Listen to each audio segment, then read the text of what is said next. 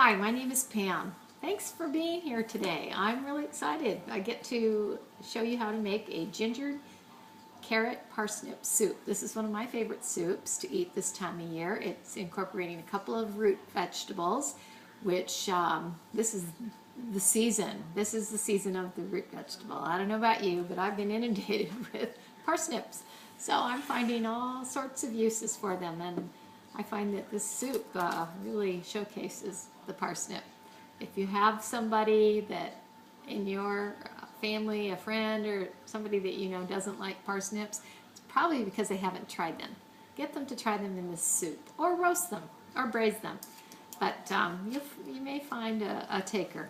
Anyway, parsnips are known to grow best this time of year when the temperatures are cold. They actually like the frost and a little bit of snow. In fact, I'm told they're best after a snowfall in March. And having not experienced that or had to dig them out after a snowfall, I can't attest to the flavor, but I'm told that the starch needs that coldness in order to prepare or to turn into sugar. So, anyway, as I mentioned, parsnips. Parsnips are available through your community-supported agriculture. They're available through the farmer's market and usually at your local grocery store. I like to buy mine organic, but you can find them both ways. With the parsnip, you are trying to find parsnips. Well, you shop for them the same way that you shop for carrots. You want a firm parsnip, nothing that's too malleable or limp. You want it to be fresh and crisp and no overt brown spots, or blemishes.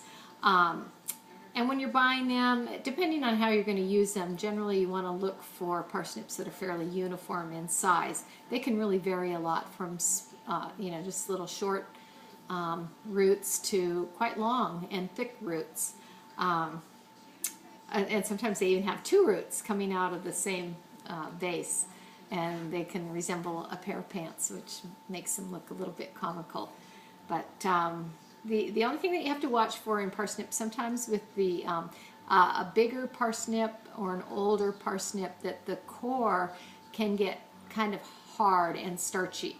So sometimes you might have to cut around the core or grate around the core. Anyway, you find that the core doesn't have the flavor that really the meat of the parsnip has. So, okay, on with the other ingredients in the soup. I'm going to be using carrots. You can use the peel on the carrot and the parsnip both if you want. Just make sure that you've scrubbed your vegetables well. And as I mentioned, I like to use organic so that I do have the option of using the peel. But you're also welcome to peel either one. Okay, I'm going to be using some yellow onion. I have used red onion before in this particular recipe. It's fine. I'm also going to be using leek. I'll be using the leek up to about here, and then I'll save the dark green portion to flavor some vegetable broth that I'll be making later on.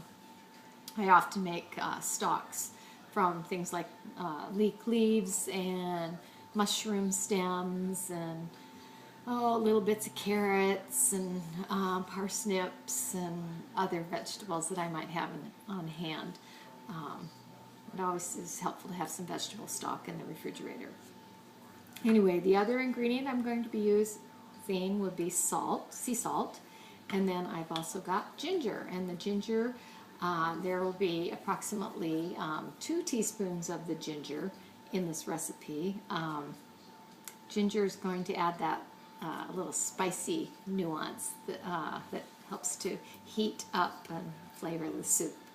Anyway, I like ginger and look forward to the opportunity when I can use it. So, anyway, those are my ingredients. Oh, other than I forgot to mention, I will be using some water. I'll be using also about a half tablespoon of olive oil. And if my soup is too thick, I may use some soy milk to thin the soup a little bit.